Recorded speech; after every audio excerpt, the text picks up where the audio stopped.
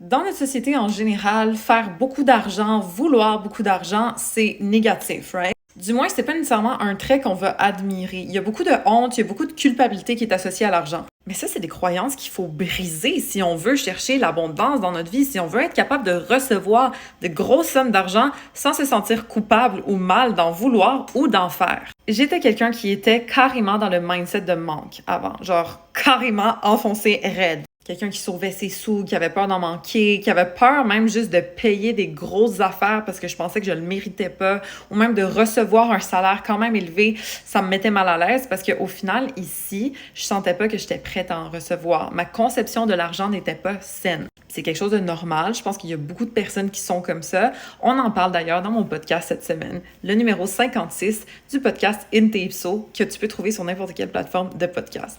Le but, c'est de casser cette mauvaise conception qu'on a de l'argent. C'est de voir ça comme un outil qui peut nous permettre d'avoir plus de plaisir, plus de temps, plus de liberté dans notre vie. C'est bon d'avoir de l'argent et d'en vouloir.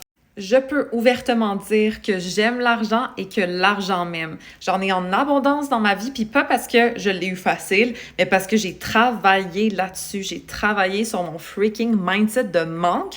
Je l'ai cassé et maintenant seulement je suis capable d'accueillir de l'abondance dans ma vie. J'ai appliqué plusieurs techniques au courant des années, ok? Particulièrement cette année, et c'est alors que mon business a boomé. Et je vous partage ces techniques-là dans ma diète mentale, qui est un abonnement mensuel où est-ce que je vous aide à level up mentalement, à vous reprogrammer, à faire des affirmations pour vous aider à créer une nouvelle conception de vous, ok? Et à devenir la personne qui est capable de recevoir, entre autres, de l'argent.